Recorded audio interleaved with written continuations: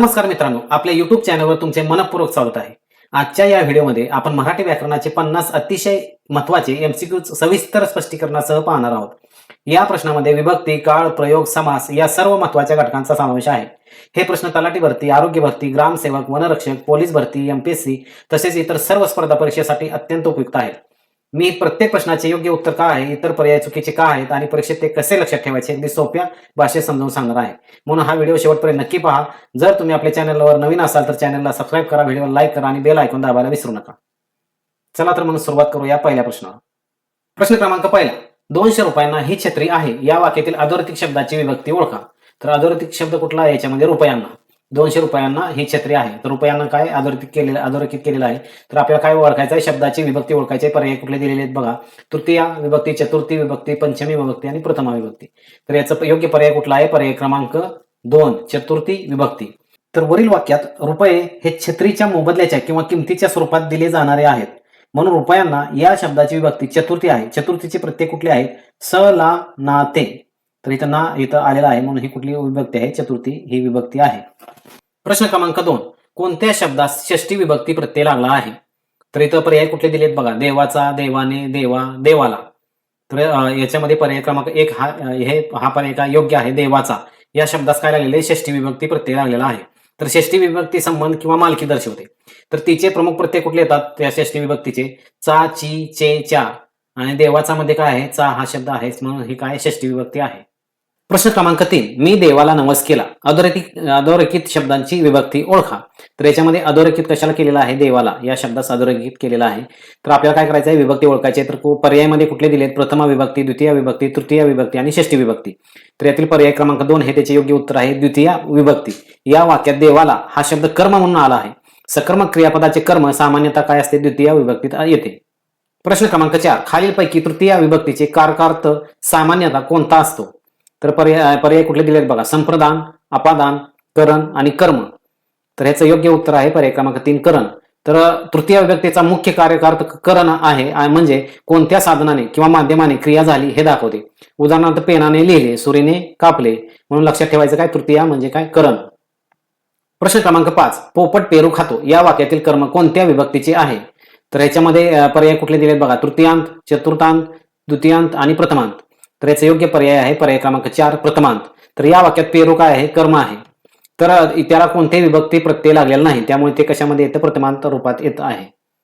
प्रश्न क्रमांक 6, या स्थायी भावामुळे अंगावर रोमांच उभे राहणे, घाम फुटणे, कंठ दाटून येणे, रडू येणे हे जे परिणाम दिसतात त्यांना डॅश डॅश म्हणतात. तर पर्याय कुठले दिले बघा. संचारी भाव, आलंबन भाव, उद्दीपन विभाव आणि अनुभाव. तर याचा योग्य पर्याय आहे पर्याय क्रमांक 4, अनुभाव. तर भावनेमुळे शरीरावर दिसणाऱ्या बाह्य प्रतिक्रिया म्हणजे काय? अनुभव. उदाहरणार्थ रडणे, हसणे, रोमांच उभे राहणे, घाम येणे, घाम फुटणे याला आपण काय म्हणतो? अनुभव. क्रमांक 7, पुढील विभक्ती प्रत्ययामधून पंचमी विभक्तीचे प्रत्यय ओळखा. तर इथं पर्याय कुठले आहेत? चा, ची, चे. पर्याय क्रमांक 2, ऊन, हून. पर्याय क्रमांक 3, स, ला, ना, ते. पर्याय क्रमांक 4, त, इ, आ. तर याच्यामध्ये पर्याय क्रमांक 2 हे त्याचे योग्य उत्तर आहे. तर पंचमी विभक्तीचा कार्यार्थ काय? अपादान आहे. म्हणजे विभक्ती होणे किंवा एखाद्या ठिकाणाहून येणे. उदाहरणार्थ पुण्याहून, घराहून येणे. तर हे काय? हून म्हणजे काय? पंचमी विभक्तीचे प्रत्यय आहेत. प्रश्न क्रमांक 8, पुढील शब्दांमधून संस्कृत प्रत्यय ओळखा. तर इथं पर्याय दिलेत कु, दु, नुक आणि मान. तर याचं पर्याय क्रमांक 4 हे योग्य उत्तर आहे. मान. मान हा संस्कृत प्रत्यय आहे. उदाहरणार्थ बुद्धिमान, श्रीमान याला हे काय म्हणतो आपण? संस्कृत प्रत्यय आहे मान म्हणजे. प्रश्न क्रमांक 9, तिने सारे धान्य निवडून ठेवले या अधोरेखित क्रियाविशेषण अव्यय कोणत्या प्रकारचे आहे? तर अधोरेखित कशाला केलेला आहे? निवडूनला. तर क्रियाविशेषण अव्यय कोणत्या प्रकारचे आहे हे विचारलेलं आहे. तर पर्याय बघा. सिद्ध आहे, अव्यय साधित आहे, पर्याय क्रमांक 3 प्रत्यय साधित, पर्याय क्रमांक 4 धातू साधित. तर याचा योग्य पर्याय कुठला आहे? पर्याय क्रमांक 4 धातू साधित. तर निवडून हे क्रियाविशेषण धातूपासून तयार झाले आहे म्हणून हे धातू साधित क्रियाविशेषण अव्यय आहे. प्रश्न क्रमांक 10, अचूक जोडी ओळखा. बहुती सप्तमी, विवाहात तृतीया, पुस्तके चतुर्थी, रमाबाईस सप्तमी. तर पर्याय क्रमांक 1 अचूक जोडी कुठली आहे? याच्यामध्ये पर्याय क्रमांक 1 हे त्याचे योग्य उत्तर आहे. बहुती सप्तमी. तर बहुती हा शब्द स्थळ किंवा अधिकरण दर्शवतो. अधिकरणाचा संबंध सप्तमी विभक्तीशी येतो त्यामुळे ही जोडी काय? अचूक आहे. बहुती सप्तमी. प्रश्न क्रमांक 11, मी त्या तळ्याच्या काठी बसे का ओळखा. तर या वाक्याचा काळ ओळखायचा आपल्याला. वाक्य काय दिलेलं आहे? मी त्या तळ्याच्या काठी बसे.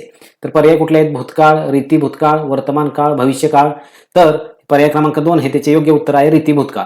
रीती भूतकाळ या भूतकाळातील काय असते? सवय असतात, नेहमीची कृती केलेली असते किंवा पुनरावृत्ती दर्शवते. त्यामुळे बसे म्हणजे त्या व्यक्तीची पूर्वीची नियमित सवय दर्शवलेली आहे, म्हणून त्याला आपण काय म्हणतो? रीती भूतकाळ.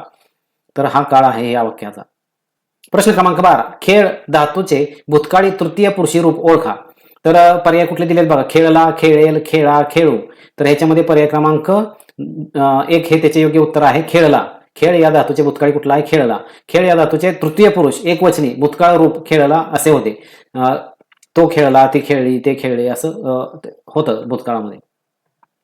प्रश्न क्रमांक 13, मी निबंध लिहित असे या वाक्यातील क्रियापदाचा प्रकार ओळखा. तर साधा भूतकाळ, अपूर्ण भूतकाळ, पूर्ण भूतकाळ आणि रीती भूतकाळ. तर आताच आपण एक उदाहरण बघितलं होतं, तर हे कुठला पर्याय क्रमांक 4 हे त्याचे योग्य उत्तर आहे. तर लिहित असे या शब्दावरून काय होतंय? भूतकाळातील नेहमीची सवय व्यक्त होते, त्यामुळे हा काय? रीती भूतकाळ आहे. प्रश्न क्रमांक 14, मी निबंध लिहित असतो या वाक्यातील काळाचा प्रकार ओळखा. तर साधा वर्तमान काळ, पूर्ण भविष्यकाळ, रीती भविष्यकाळ आणि रीती वर्तमान काळ. तर ह्याचा कुठला आहे? रीती वर्तमान काळ. अगोदरचे आपण उदाहरण बघितले रीती भूतकाळ. आता ही मी निबंध लिहित असतो म्हणजे लिहित असतो या शब्दामधून सध्याची, आता सध्याची नियमित सवय व्यक्त होते, म्हणून हा काय? रीती वर्तमान काळ आहे. कारण हे वर्तमान काळातलं एक सवय दर्शवते. मी सकाळी फिरायला जात असतो, तो रोज वर्तमानपत्र वाचत असतो, म्हणजे काय? रीती वर्तमान काळ आहे.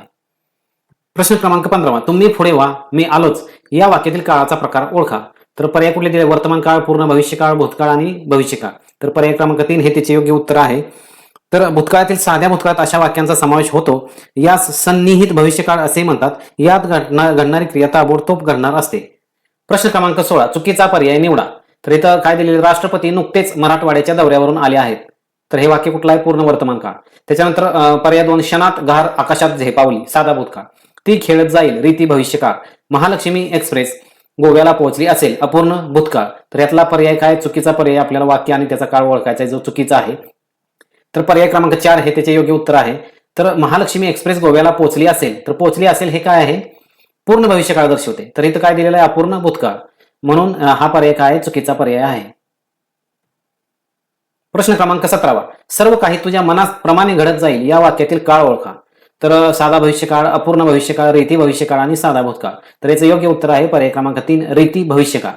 तर घडत जाईल या शब्दामधून भविष्यात कृतीची पद्धत किंवा सातत्य व्यक्त होते, म्हणून ही काय? रीती भविष्यकाळाचं हे उदाहरण आहे. प्रश्न क्रमांक 18, तिचे जीवन उदास झाले या वाक्यातील काळ ओळखा. तर पूर्ण वर्तमान काळ, साधा भूतकाळ, पूर्ण भविष्यकाळ आणि अपूर्ण भूतकाळ. तर ह्याचा पर्याय कुठला आहे? पर्याय क्रमांक 2 हे त्याचे योग्य उत्तर आहे, साधा भूतकाळ. तिचे जीवन उदास झाले. झाले हे क्रियापद काय होते? भूतकाळात पूर्ण झालेली कृती दर्शवते, त्यामुळे हा काय? साधा भूतकाळ आहे. प्रश्न क्रमांक 19, मला माझ्या आयुष्याची फिकीर नाही या वाक्यातील काळ ओळखा. तर कुठला दिलेला आहे उदाहरण? भूतकाळ, भविष्यकाळ, वर्तमान काळ आणि अपूर्ण वर्तमान काळ. तर याचं योग्य उत्तर आहे वर्तमान काळ, पर्याय क्रमांक 3. नाही हा शब्द काय दाखवतो? सध्याची स्थिती दर्शवतो, त्यामुळे हे वाक्य वर्तमान काळातील आहे, फिकीर नाही.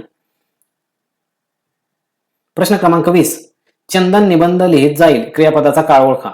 तर पर्याय कुठले दिले बघा? साधा भविष्यकाळ, रीती भविष्यकाळ, अपूर्ण भविष्यकाळ आणि वर्तमान काळ. तर याचं योग्य उत्तर काय आहे? रीती भविष्यकाळ. तर लिहित जाईल हे जे आहे क्रियापद, लिहित जाईल, तर या क्रियापदावरून काय होतं? भविष्यात नियमितपणे किंवा सातत्याने कृती होत राहील असा अर्थ व्यक्त होतो, त्यामुळे हा रीती भविष्यकाळ आहे. प्रश्न क्रमांक 21, आम्ही पुस्तक वाचले या वाक्यातील प्रयोग ओळखा. तर पर्याय कुठले दिलेले आहेत? भावे प्रयोग, कर्मणी प्रयोग, कर्तरी प्रयोग आणि संकर प्रयोग. तर पर्याय क्रमांक 2 हे त्याचे योग्य उत्तर आहे, कर्मणी. आम्ही पुस्तक वाचले या वाक्यातील प्रयोग कुठला आहे? कर्मणी प्रयोग आहे. तर या वाक्यात पुस्तक काय आहे? कर्म आहे आणि याला अधिक महत्व दिले आहे. काय वाचले? तर पुस्तक वाचले, म्हणून ते अधिक महत्वाचे आहे. भूतकाळात कर्मणी प्रयोगात कर्म प्रथमांत येते, तर कर्ता तृतीया किंवा चतुर्थी विभक्तीत येऊ शकतो, त्यामुळे हा काय? कर्मणी प्रयोग आहे. प्रश्न क्रमांक 22, आजोबांनी वृत्तपत्रांची नावे सांगितली या वाक्याचे अकर्मक कर्तरी प्रयोगाचे वाक्य बनवा. तर खाली वाक्य दिलेले आहेत. पर्याय क्रमांक 1 मध्ये कुठलं वाक्य दिलेलं आहे? आजोबांनी वृत्तपत्रांचे नाव सांगितले. वाक्य 2 काय? आजोबा वृत्तपत्रांची नावे सांगतात. वाक्य 3, आजोबांना वृत्तपत्रे आवडतात. वाक्य 4, आजोबांनी वृत्तपत्र सांगितले. तर याचं योग्य उत्तर कुठलं आहे? पर्याय क्रमांक 2, आजोबा वृत्तपत्रांची नावे सांगतात. प्रश्न क्रमांक 23, तू घरी जायचे होते या वाक्यातील प्रयोग ओळखा. तर पर्याय कुठला आहे? कर्तृ भावसंकर, कर्म भावसंकर, कर्तृ कर्मसंकर, प्रधान कर्तृ संकर. तर याचा योग्य पर्याय आहे पर्याय क्रमांक 1, कर्तृ भावसंकर. तर या वाक्यात कर्तरी आणि भावे या दोन्ही प्रयोगांची वैशिष्ट्ये दिसतात. म्हणून हा कर्तृभाव संकर प्रयोग आहे. प्रश्न क्रमांक 24, शिपायाकडून चोर पकडला गेला या वाक्यातील प्रयोग ओळखा. तर पर्याय कुठले दिलेत बघा. शक्य कर्मणी प्रयोग, पुरुष कर्मणी प्रयोग, समापन कर्मणी प्रयोग, नवीन कर्मणी प्रयोग. तर ह्याचं पर्याय क्रमांक 4 हे त्याचे योग्य उत्तर आहे, नवीन कर्मणी प्रयोग. तर कडून, शिपाया कडून, तर हे जे हे आहे कडून हा शब्द, तर हा शब्द योग्य अव्ययाचा वापर करून इंग्रजीतील आपण म्हणतो ना पॅसिव्ह वॉइस प्रमाणे रचना केली आहे. शिपायाकडून चोर पकडला गेला अशा प्रकाराला काय म्हणतो आपण, नवीन कर्मणी प्रयोग म्हणतो. उदाहरणार्थ शिक्षकाकडून परीक्षा घेण्यात आली, पोलिसांकडून चोर पकडला, तर हे कडून म्हणजे काय, नवीन कर्मणी प्रयोग मध्ये येतात हे. प्रश्न क्रमांक 25 बघू आपण. पुढील वाक्यातून कर्तरी प्रयोगाचे वाक्य ओळखा. तर पर्याय बघा कुठे दिलेत. भूमीने आम्हाला निर्माण केले, आम्ही प्रत्येक वस्तूकडे पैशाच्या माध्यमातून पाहतो. पर्याय क्रमांक 3, त्यांनी मनाचे कप्पे करून ठेवले होते. पर्याय क्रमांक 4, तिने कार्याची ज्योतच हाती घेतली. तर पर्याय क्रमांक 2 हे त्याचे योग्य उत्तर आहे, आम्ही प्रत्येक वस्तूकडे पैशाच्या माध्यमातून पाहतो. तर कर्तरी प्रयोगात कर्ता मुख्य असतो आणि क्रियापद कर्त्यानुसार बदलते. येथे आम्ही हा कर्ता असून पाहतोय काय आहे, क्रियापद आहे. तर त्यानुसार आले आहे की आम्ही पाहतो, आम्ही प्रत्येक वस्तूकडे पैशाच्या माध्यमातून पाहतो, म्हणून काय आहे, हे कर्तरी प्रयोगाचे वाक्य आहे. प्रश्न क्रमांक 26, पुढील वाक्यातील प्रयोग ओळखा. अस्मिताने काम केले. तर या वाक्यातील आपल्याला प्रयोग ओळखायचा आहे. अकर्तुक भावे प्रयोग, कर्मणी प्रयोग, संकर प्रयोग आणि कर्तरी प्रयोग. तर कुठला पर्याय बरोबर आहे, कर्मणी प्रयोग. प्रश्न क्रमांक 27, न्यायाधीशाकडून दंड आकारण्यात आला या वाक्यातील प्रयोग ओळखा. तर पर्याय कुठले दिले बघा. कर्तृ भावे प्रयोग, कर्तृ कर्म प्रयोग, कर्म कर्तरी प्रयोग आणि कर्तरी प्रयोग. तर याचा योग्य पर्याय कुठला आहे, पर्याय क्रमांक 3, कर्म कर्तरी प्रयोग. या वाक्यात कर्माला प्राधान्य आहे आणि कडून या शब्दयोगी अव्ययाचा वापर झालेला आहे आणि ही रचना आपण म्हणतो ना पॅसिव्ह वॉइस सारखी झालेली आहे. कर्म कर्तरी किंवा नवीन कर्मणी प्रयोग असे आपण त्याला म्हणतो. प्रश्न क्रमांक 28, गाय गुराख्याकडून बांधली जाते या वाक्यातील प्रयोग ओळखा. तर कर्तरी आहे का, कर्मणी आहे का, भाव कर्तरी आहे का, कर्म कर्तरी आहे. तर पर्याय क्रमांक 4 हे त्याचे योग्य उत्तर आहे, गाय गुराख्याकडून बांधली जाते, कर्म कर्तरी प्रयोग आहे. गुराख्याकडून या शब्दामुळे कर्माला काय प्राधान्य दिले गेले आहे आणि त्यामुळे कर्म कर्तरी किंवा नवीन कर्मणी प्रयोग आहे. प्रश्न क्रमांक 29, सहलीस जाताना कात्रज जवळ उजाडले. तर या वाक्यातील प्रयोग ओळखा. तर पर्याय कुठले आहेत, भाव कर्तरी प्रयोग, कर्म कर्तरी प्रयोग, कर्मणी प्रयोग आणि कर्तरी प्रयोग. तर त्याचा योग्य पर्याय आहे पर्याय क्रमांक 1, भाव कर्तरी प्रयोग. या वाक्यात काय केलेलं आहे, सहलीस जाताना कात्रजवळ उजाडले. तर या वाक्यात काय केलेलं आहे की कर्ता स्पष्टपणे दिलेला नाही, फक्त क्रियेचा भाव व्यक्त केलेला आहे, त्यामुळे हा काय भाव कर्तरी प्रयोग आहे. प्रश्न क्रमांक 30, पुढील वाक्यात कोणता प्रयोग आहे ते ओळखायचा आहे. वाक्य काय दिले बघा. कविताने अनिताला घरी बोलावले. तर पर्याय कुठले दिले, सकर्मक भावे प्रयोग, अकर्मक भावे प्रयोग, सकर्मक कर्तरी, अकर्मक कर्तरी. तर याचं योग्य उत्तर कुठलं आहे, पर्याय क्रमांक 1, सकर्मक भावे प्रयोग. तर या वाक्यात अनिताला काय केलेलं आहे, अनिताला हे काय कर्म आहे आणि क्रिया सकर्मक आहे. प्रश्न क्रमांक 31, खालील शब्दाचा समास कोणत्या प्रकारचा आहे. तर शब्द कुठला दिलेला आहे बघा, पुरणपोळी. तर पुरणपोळी हा शब्द कुठल्या प्रकारचा, शब्दाचा समास कोणत्या प्रकारचा आहे असं विचारलेला आहे. तर पर्याय कुठले दिलेत बघा, मध्यम पदलोपी समास, तत्पुरुष समास, अव्ययीभाव समास आणि द्वंद्व समास. तर याचा पर्याय कुठला आहे, पर्याय क्रमांक 1 हे त्याचे योग्य उत्तर आहे, मध्यम पदलोपी समास. तर ज्या समासामधील एखादे पद लोप पावते त्याला मध्यम पदलोपी समास म्हणतात. आता पुरणपोळी, तर पुरणपोळीचा कुठला शब्द लोप पावलेला आहे, तर पूर्णाची पोळी, म्हणजे इथे काय ची हा शब्द काय लोप पावलेला आहे, म्हणून काय म्हणतो आपण मध्यम पदलोपी समास. आता इतर उदाहरणे आपण म्हणजे दही भात, साखरपोळी, पुरणपोळी हे काय त्याचे उदाहरण आहेत. प्रश्न क्रमांक 32, जातीभ्रष्ट समास ओळखा. तर जातीभ्रष्ट या शब्दाचा काय ओळखायचा आहे, समास ओळखायचा आहे. तर पर्याय कुठले दिले बघा, द्विगु समास, बहुव्रीही समास, द्वंद्व समास आणि तत्पुरुष समास. तर पर्याय क्रमांक 4 हे त्याचे योग्य उत्तर आहे, तत्पुरुष समास. तर जातीभ्रष्ट म्हणजे काय, जातीपासून भ्रष्ट, पूर्वपद आणि उत्तरपद यांच्यात विभक्तीचा संबंध असल्यामुळे हा तत्पुरुष समास आहे. प्रश्न क्रमांक 33, सुखद, मनुज, कृतज्ञ ही कोणत्या समासांची उदाहरणे आहेत. तर पर्याय कुठले दिले बघा, अव्ययीभाव समास, तत्पुरुष समास, द्वंद्व समास आणि बहुव्रीही समास. तर ह्याचं पर्याय क्रमांक 2 हे योग्य उत्तर आहे, तत्पुरुष समास. तर या तिन्ही शब्दामध्ये सुखद, मनुज आणि कृतज्ञ, तर ह्या तिन्ही समासामध्ये काय झालेलं आहे, शब्दामध्ये या तिन्ही शब्दामध्ये पूर्वपद व उत्तरपद यांच्यात विभक्तीचा संबंध आहे, त्यामुळे हे तत्पुरुष समासाची उदाहरणे आहेत तिन्ही पण. प्रश्न क्रमांक 35, पुढील सामासिक शब्दामधून इतर द्वंद्व समास ओळखायचा आहे आपल्याला. तर पर्याय कुठले दिलेत बघा, कृष्णार्जुन, घरदार, खरे कोठे आणि शुभयोग. तर ह्याच्यामध्ये पर्याय क्रमांक 2 हे योग्य उत्तर आहे. तर द्वंद्व समासात दोन्ही पदांना समान महत्व असते. घरदार, घर आणि दार दोन्ही शब्दांना काय समान महत्व आहे, म्हणून ह्याला काय म्हणतो आपण द्वंद्व समास, इतर द्वंद्व समास असं म्हणतो. प्रश्न क्रमांक 36. पुढील दिलेल्या सामासिक शब्दांचा समास कोणता आहे? तर शब्द कुठला दिलेला आहे? चुलत सासरा. तर पर्याय कुठले दिले आहेत? द्विगु समास, मध्यम पदलोपी समास, द्वंद्व समास आणि कर्मधारय समास. तर ह्याचा पर्याय कुठला आहे? पर्याय क्रमांक 1 हे त्याचे योग्य उत्तर आहे, द्विगु समास. प्रश्न क्रमांक 37. जितेंद्रिय या बहुर्वी समासाचा प्रकार ओळखा. तर कुठला आहे? विभक्ती बहुर्वी, नत्र बहुर्वी, प्रादि बहुर्वी आणि सहबहुर्वी असे 4 पर्याय दिलेले आहेत. तर पर्याय क्रमांक 1 हे त्याचे योग्य उत्तर आहे, विभक्ती बहुर्वी हे जितेंद्रिय या बहुर्वी समासाचा प्रकार आहे. तर जितेंद्रिय म्हणजे काय? ज्याने इंद्रिय जिंकली आहेत असा, म्हणजे येथे विभक्तीचा संबंध असल्यामुळे काय होतं? विभक्ती कुठली येते? बहुर्वी समास येतो, विभक्ती बहुर्वी. प्रश्न क्रमांक 38. पुढील शब्दातील समास ओळखा. शब्द कुठला दिलेला आहे? नास्तिक. तर पर्याय कुठले दिले आहेत बघा? विभक्ती तत्पुरुष समास, नत्र तत्पुरुष समास, अलुक समास आणि उपपद. तर ह्याचं पर्याय क्रमांक 1 नाही, पर्याय क्रमांक 2 हे त्याचे योग्य उत्तर आहे, नत्र तत्पुरुष समास. तर नास्तिक म्हणजे काय? न अधिक न आस्तिक. न हा नकारार्थी उपसर्ग असल्यामुळे हा काय येतो? नत्र तत्पुरुष समास येतो. प्रश्न क्रमांक 39. काव्यामृत या सामासिक शब्दाचा विग्रह कशा प्रकारे होईल? कुठला शब्द दिला आहे त्यांनी? काव्यामृत. तर याचा काय विग्रह कशा प्रकारे होईल असं विचारलेलं आहे. खाली पर्याय दिलेले आहेत. काव्य आणि अमृत. पर्याय क्रमांक 2 काव्याचे अमृत, पर्याय क्रमांक 3 अमृत असे काव्य आणि पर्याय क्रमांक 4 काव्यरूपी अमृत. तर पर्याय क्रमांक 4 हे त्याचे योग्य उत्तर आहे, काव्यरूपी अमृत. इथे काव्याची तुलना अमृताशी केली आहे, काव्यरूपी अमृत असं हा त्याचा विग्रह आहे. प्रश्न क्रमांक 40. तपाचरण या सामासिक शब्दाचा प्रकार ओळखायचा आहे. तपाचरण हा शब्द दिलेला आहे.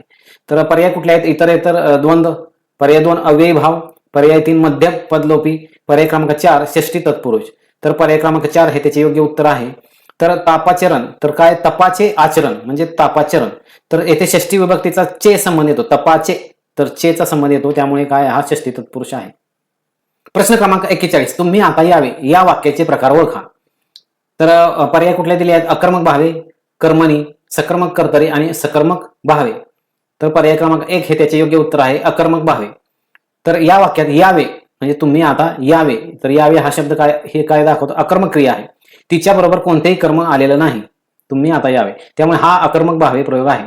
तुम्ही आता यावे, लवकर निघावे हे काय? अकर्मक भावे प्रयोगाची उदाहरण आहेत. प्रश्न क्रमांक 42 बघू आपण. सकाळी उठोनी देवासी भजावे या वाक्यातील प्रयोग ओळखायचा आहे. तर पर्याय कुठले दिलेले आहेत बघा? कर्तुक कर्मसंकर, भावे प्रयोग, कर्मणी प्रयोग आणि कर्तरी प्रयोग. तर ह्याचा पर्याय क्रमांक 2 हे ह्याचे योग्य उत्तर आहे, भावे प्रयोग. तर या वाक्यात उपदेश किंवा सामान्य विधान व्यक्त केले आहे. कर्त्यापेक्षा भावाला महत्व असल्यामुळे हा काय? भावे प्रयोग आहे. सकाळी उठोनी देवासी भजावे. प्रश्न क्रमांक 43. तू माझे ऐकलेस हे बरे झाले या वाक्याचा प्रकार ओळखायचा आहे. तर पर्याय कुठले दिले आहेत? प्रधान, गौण, मिश्र आणि संयुक्त. तर पर्याय क्रमांक 3 हे त्याचे योग्य उत्तर आहे. तर या वाक्यात एक प्रधान वाक्य आहे आणि एक गौण उपवाक्य आहे. प्रश्न क्रमांक 44. गड आला पण सिंह गेला हे काय आहे? कसल्या प्रकारचे उपवाक्य आहे हे विचारलेलं आहे. परिणाम बोधक, न्यूनत्व बोधक, पर्याय बोधक, समुच्चय बोधक. तर ह्याचा पर्याय क्रमांक 2 हे योग्य उत्तर आहे, न्यूनत्व बोधक. म्हणजे पण आलेला आहे या वाक्यामध्ये. तर या उभयान्वयी अव्ययामुळे एका गोष्टीचा लाभ आणि दुसऱ्या गोष्टीचे नुकसान व्यक्त होते, त्यामुळे हे न्यूनत्व बोधक उपवाक्य आहे. गड आला हे लाभ झाला तो, आणि पण सिंह गेला म्हणजे नुकसान झालेलं आहे, म्हणून काय आहे? न्यूनत्व बोधक वाक्य आहे. प्रश्न क्रमांक 45. खालीलपैकी मिश्र वाक्य कोणते? दुकानातील खेळणी आवडली म्हणून मी ती विकत घेतली. आवडलेले खेळणे मी तात्काळ विकत घेतले. पर्याय क्रमांक 3 कुठला दिलाय? मला ते खेळणे आवडले आणि ते तात्काळ विकत घेतले. पर्याय क्रमांक 4 मी ते खेळणे तात्काळ विकत घेतले कारण ते मला आवडले. तर हे पर्याय क्रमांक 4 आपल्याला मिश्र वाक्य दिसून येत आहे.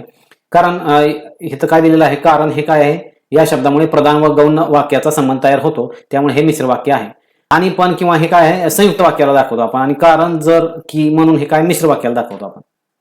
प्रश्न क्रमांक 46. माणूस जाते त्याची कीर्ती मागे उरते या वाक्याचे संयुक्त वाक्य कसे होईल? पर्याय क्रमांक 1 मध्ये काय दिलेलं आहे? माणूस गेला तरी त्याचीच कीर्ती मागे उरते. पर्याय क्रमांक 2 माणूस जातो कीर्ती उरते. पर्याय क्रमांक 3 कीर्ती उरली माणूस उरला. आणि पर्याय क्रमांक 4 यापैकी नाही. तर पर्याय क्रमांक 4 आहे यापैकी नाही. तर दिलेल्या पर्यायापैकी कोणतेही वाक्य मूळ वाक्याचा संयुक्त प्रकार योग्य प्रकारे दर्शवत नाही, त्यामुळे योग्य उत्तर कुठलाही पर्याय क्रमांक 4 यापैकी नाही. प्रश्न क्रमांक 47. हवा कोंदट असल्यास माणसाची प्रकृती बिघडते या वाक्यातील विधेय विस्तारक कोणते? पर्याय कुठला दिलेला? हवा कोंदट असल्यास माणसाची, पर्याय क्रमांक 3 प्रकृती आणि पर्याय क्रमांक 4 बिघडते. तर कुठला पर्याय बरोबर आहे? पर्याय क्रमांक 1 हवा कोंदट असल्यास. तर क्रियापदाच्या अर्थाचा विस्तार करणारा भाग म्हणजे काय? विधेय विस्तारक. येथे हवा कोंदट असल्यास ही अट क्रियेला स्पष्ट करते म्हणून काय हे विधेय विस्तारक आहे.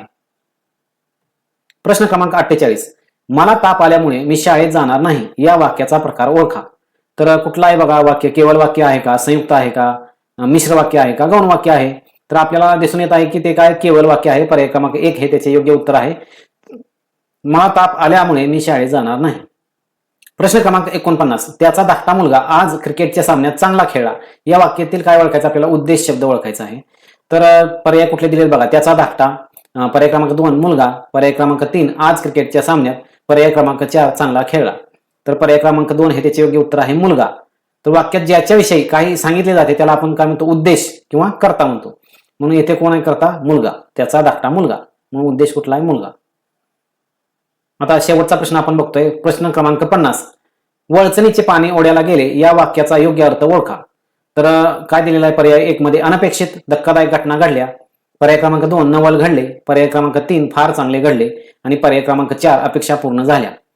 तर पर्याय क्रमांक 1 हे त्याचे योग्य उत्तर आहे की वळचणीचे पाणी ओढ्याला गेले म्हणजे अनपेक्षित धक्कादायक घटना घडल्या. तर ओढ्याचे पाणी वळचणीचे पाणी ओढ्याला गेले हे काय? एक मराठी वाक्यप्रचार आहे आणि याचा अर्थ काय? सामान्य परिस्थितीच्या विरुद्ध म्हणजे अनपेक्षित किंवा आश्चर्यकारक घटना घडणे असा होतो. उदाहरण म्हणलं तर एखादी अशक्य वाटणारी गोष्ट अचानक घडली तर म्हणतात वळचणीचे पाणी ओढ्याला गेले. तर मित्रांनो, आज आपण मराठी व्याकरणातील 50 महत्वाचे एमसीक्यूज त्याच्या सविस्तर स्पष्टीकरणासह अभ्यासले. जर हा व्हिडिओ तुम्हाला उपयुक्त वाटला असेल तर लाईक करा, शेअर करा आणि चॅनलला सबस्क्राईब करा, जेणेकरून पुढील महत्वाचे व्हिडिओ तुम्हाला सर्वप्रथम मिळतील. तुमच्या काही शंका असतील किंवा कोणत्या विषयावर पुढचा व्हिडिओ हवा असेल तर कमेंट करून नक्की सांगा. अशाच पद्धतीने आपण पुढील व्हिडिओमध्ये आणखी महत्वाचे प्रश्न आणि त्यांचे सविस्तर विश्लेषण पाहणार आहोत. अभ्यास करत राहा, स्वतःवर विश्वास ठेवा आणि स्पर्धा परीक्षेत यश नक्की मिळवा.